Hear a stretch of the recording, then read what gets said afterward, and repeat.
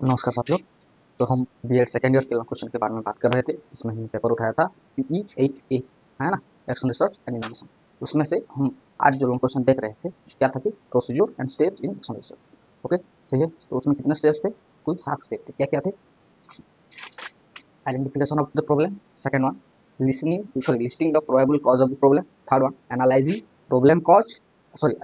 Probable cause and formulation of action hypothesis, number 4 action. जो तीनों को हम कल के वीडियो में देख चुके हैं। आज हम देखेंगे action programme, analysis of data and drawing conclusion, evaluation of the action programme, follow up and sharing the result. Okay, सही है। तो पहला part, second part, action programme. जब हम सारे प्रोबेबल कॉज किसी भी प्रॉब्लम का एनालिसिस कर लेते हैं और एक हाइपोथेसिस लेते हैं, उसके बाद हम क्या करते हैं? Action programme. देखिए कैसे। After framing the action hypothesis, हमने हाइपोथेसिस को फ्रेम कर लिया and action plan to test the hypothesis. उस हाइपोथेसिस को हमको टेस्ट करना होता है, सही है। A teacher conduct the action programme. तो उसके लिए to test the hypothesis the teacher should have to conduct an action programme. Okay, तो action plan describe the activities and procedure for getting evidence और collecting data. The action plan describe the activities procedure for getting evidence और collecting data. जैसे कि मैं आपको बताऊं, okay, मेरे को देखना है कि किस तरीके से पढ़ाने से बच्चों को साइंस लर्निंग में उनका इंटरेस्ट आता है। फॉर एग्जाम्पल, ओके, तो मैं क्या करता हूँ, पहले एक टेस्ट लेता हूँ बच्चों को। एक नॉर्मल लेक्चर में मैं पढ़ा के बच्चों को टेस्ट लेता हूँ, ओके, और देखता हूँ कि उनमें उनके मार्क्स कितने हैं। मार्क्स वो जितना समझे होंगे उतना वो लिखेंगे, है ना। फिर मैं क्या करूँ ना, ऐसे ही 10 बच्चों और को लेके, पहले 10 बच्चों को लेकर टेस्ट किया, वहाँ पर उनको पढ़ाया। फिर उनको एक नया मतलब बहुत बहुत अच्छे अच्छे टीचिंग लर्निंग मटेरियल, ओके, वो जो लर्निंग टीचर लर्नर इंटरेक्शन जिसमें ज़्यादा हो। और दूसरा, हम उनको विजुअल एड्स ICT का यूज करके अगर उनको पढ़ाएं तो उनको पढ़ा लिया। और फिर एक बार कुछ दिन बाद फिर से एक टेस्ट लिया, ओके, उसको बोलते हैं post test. Okay, after the concluding that and doing post test, और तब उनका रिजल्ट देखा। तो देख आप अमूल्य नहीं पाएंगे, पहले की तुलना में बच्चों का इंप्रूवमेंट ज़्यादा होगा। तो hence we prove that hypothesis ICT can more reliable and make more interesting towards science learning. होता है ना, है ना। हम सेल का सेल डिवीजन बच्चों को पढ़ाएं क्लास 9 को, और उनको एक सेल डिवीजन का विजुअलाइज दिखाएं किस तरीके से क्रोमोजोम आते हैं, क्रोमाटिड सेपरेट होते हैं, ये सब चीज़ें। ओके, अगर वो विजुअलाइज करेंगे तब उनको रिटेंशन भी ज़्यादा रहेगा, उनको इंटरेस्ट भी आएगा, है ना। इस तरीके से। छोड़िए, अब अपने टॉपिक पे आते हैं। Okay, the action plan describes the activities and procedure for getting evidence or collecting data, and the role of a person involved in the process. And the role of the process involved in the process. So yeah, it plans about time required for finalizing the action and completing the procedure. It's plan about time required for finalizing the action and completing the procedure. इसका main योग क्या होगा? Finalising the action and completing the procedure. सारे procedure की तरफ से हम इस एक्शन प्रोग्राम के अंदर में हम अपना सारा प्रोसीजर खत्म कर लेंगे। Okay, after framing action plan, action programme is carried out. After framing action plan, the action program is carried out. The researcher observe the action taken, okay, and the outcome of the action. The researcher जो आप है या फिर teachers हैं, कोई भी है जो वहाँ एक्शन सर्च कर रहा है, that the researcher observe the action taken and the outcome of the action. He gather the evidences and record them for future. उसके बाद क्या करेंगे? आप जो आप पाए, जो आप निष्कर्ष निकाले उसमें से, जो आपका सबूत है, उसको रख सकते हैं, उसको रिकॉर्ड कर सकते हैं फॉर फ्यूचर। समझ में आया? ओके, ठीक है, इसको लिखो एक्शन प्रोग्राम, फिर हम आगे बात करेंगे। तो फिर हमने एक्शन प्रोग्राम खत्म कर लिया।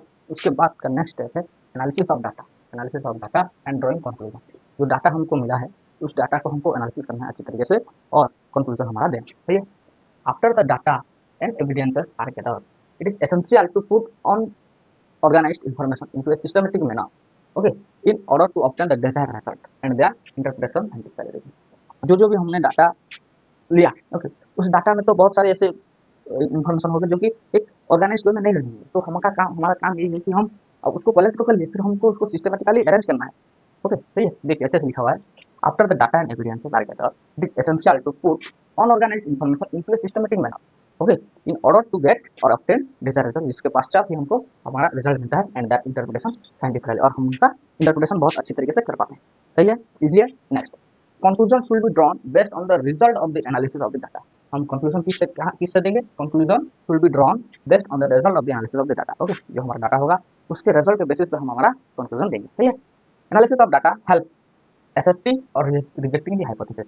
Okay, whether the hypothesis is accepted or rejected, it will be depend on the result of our data or the analysis of the data. Okay, the result we get after analysis that will help us to accept an hypothesis or reject an hypothesis. Okay, सही है। and conclusion will be drawn without any personal biasness. ये भी एक important point है। तो हम conclusion देंगे, उस conclusion में कोई biasness नहीं होना चाहिए, नहीं तो हमारा सिलेक्शन सबसे गलत हो जाएगा। Okay, without any biasness we have to, मतलब कोई भी पक्षपात नहीं करेंगे हम। ओके, जो हमारा रिजल्ट है वही है, उसको ही हमको देना है। सही है, ठीक है। Analysis of data and drawing conclusion बहुत ईजी है, बहुत ऑर्गेनाइज वे में इसको लिखा गया है, सही है। उसके बाद next evaluation of the action programme, evaluation of the action programme next point है, evaluation of the action programme, evaluation of the action programme at this stage. देखिए हमने तो हमारा कंक्लूजन ले लिया है ना, डाटा को एनालिसिस करके हमने हमारा कंक्लूजन तो ले लिया, लेकिन उसका तो फिर इवैल्यूएशन होना चाहिए ना, तो evaluation of the action programme at this step of evaluation of the whole action programme is done, at this step the evaluation of whole action programme is done, okay. It is checked whether any improvement is achieved, इसमें क्या देखा जाता है कि क्या हमको कोई improvement मिला है या नहीं। If there is improvement do the data clearly provided supporting evidence, okay. अगर ये यहाँ पे इंप्रूवमेंट हमको दिखाई दिया है तो उस डाटा को एनालाइज करके उसको एक एविडेंस के तौर पे हमको रखना है। Other the methods the tools and techniques used are correct, okay. हमने जो मेथड यूज किया है, जो टूल्स यूज किए हैं, जो कुछ हमारे एक्शन प्रोग्राम में यूज किया, क्या वो सही था या नहीं था, ओके। उसके बारे में देखना है।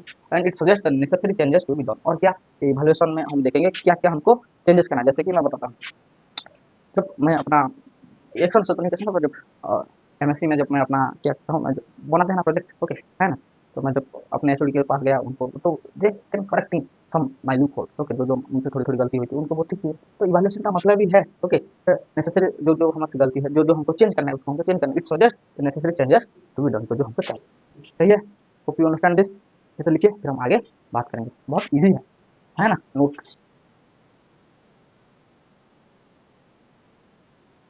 तो फिर उसके बाद ओके नेक्स्ट हमारा स्टेप और प्रोसीजर है follow up sharing result, okay. Follow up sharing result, जो रिजल्ट हमने निकाला है उसको फॉलो अप करना है। जैसे this indicate how the result of the story can be implemented in the school, how the result of the story can be implemented in the school, school में इसको हम किस तरीके से इंप्लीमेंट कर सकेंगे, that's okay. Follow up the result, सही है। Follow up the stage also provide the nature of recognition and rearrangement that may be necessary for implementing the result of the story. और क्या करता है इसमें, okay, it will provide the nature of recognition and rearrangement that may be necessary, जो जो हमको rearrangement करना चाहिए, किसके बाद क्या किया, कौन सा स्टेप हमको पहले करेंगे तब हमको डिजायर्ड रिजल्ट मिलेगा, उसको हम अच्छी तरीके से स्कूल में इंप्लीमेंट कर सकेंगे उसके लिए, okay. To be necessary for implementing the result of the story, सही है, समझ में आया। The result can be shared locally in the school or in the professional conference, academic journals और इलेक्ट्रॉनिकली थ्रू इंटरनेट। हम किस तरीके से दे सकते हैं, हम locally in the school, school में जाके बच्चों को सिखा सकते हैं और उस प्रॉब्लम का सोल्यूशन हम शेयर कर सकते हैं। दूसरा, जो प्रोफेशनल कॉन्फ्रेंस जो होते हैं, बहुत सारे हमारे शिक्षा विभाग के जो जो नेता हैं, जो ऑफिसर्स हैं, जो ऑफिशियल्स हैं, एजुकेशन ऑफिसर्स हैं, बीईओ है, डीईओ है, उन सबको बोलते हैं, उनका बोलते हैं प्रोफेशनल कॉन्फ्रेंस, उसमें हो सकता है। और एकेडमिक जर्नल्स जो निकलते हैं बहुत सारे, है ना, इंपोर्टेंट, उनमें हम दे सकते हैं हमारे रिजल्ट को, हमारे केस स्टडी को, हमारे एक्शन रिसर्च को वो हम पब्लिश कर सकते हैं कि ये हमने ये देखा, ये प्रॉब्लम आता था बच्चों को, हमने ये टेस्ट करके देखा, ये ऑब्जर्व किया, ये हमने हाइपोथेसिस लिया, ये हमारा डाटा है, इसको हमने एनालिसिस करके ये रिजल्ट निकाला है। इस रिजल्ट को अब हमें स्कूल में इंप्लीमेंट करना है, तो हमें क्या क्या करना चाहिए, ओके। सही है, अगर आप तरीके से कुछ बनाए होंगे तो दुनिया आपको एक्सेप्ट करेगी है ना, सही है। एकेडमिक जर्नल और इलेक्ट्रॉनिकली थ्रू इंटरनेट, और क्या हम इंटरनेट के थ्रू से हम दे सकते हैं, है ना, सही है ना। आईसीटी का मेन एग्जांपल, हम उसके थ्रू, आईसीटी के थ्रू से बहुत सारी चीजें, बहुत सारे प्रॉब्लम बच्चों के सॉल्व कर सकते हैं, समझ में आए, okay. Hope you understand this. Next, continuing the action research cycle, और क्या है continuing the action research cycle, क्यों, देखिए जब भी हम कोई प्रॉब्लम का हल ढूंढने निकलते हैं, हमारे सामने और बहुत सारी प्रॉब्लम आ जाती है ना, तो उस प्रॉब्लम सॉल्विंग प्रोसेस में ही हमारी जीत है ना। हमने उस क्वेश्चन को भी सॉल्व किया, उस क्वेश्चन को भी सॉल्व किया, आप जितने क्वेश्चन को डील किए, जितने प्रॉब्लम को फेस करेंगे, आप उतने मजबूत होते चले जाएंगे।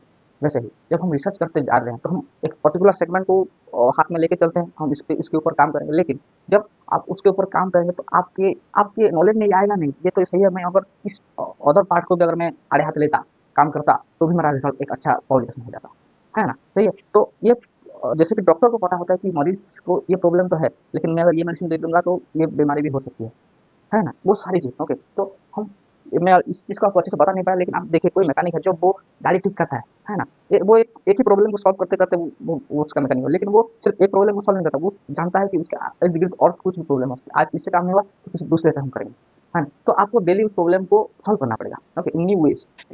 Information gain from this research में भी open new area of research, जो इन्फॉर्मेशन आप कलेक्ट किए वो न्यू एरिया, न्यू आपको एक स्पेस देता है, आपको प्लेटफॉर्म देता है कि कुछ और रिसर्च कर दिया जाए, है ना। ये बहुत सारी ऐसा होता है, एक क्वेश्चन निकालेंगे आप, उन्होंने बीएड में नहीं पाएंगे, आप एक क्वेश्चन का आंसर बना रहे हैं, लेकिन आपको ये भी मालूम है कि इस क्वेश्चन कुछ ना कुछ पार्ट में अगले क्वेश्चन में भी इस्तेमाल कर सकता हूँ, है ना।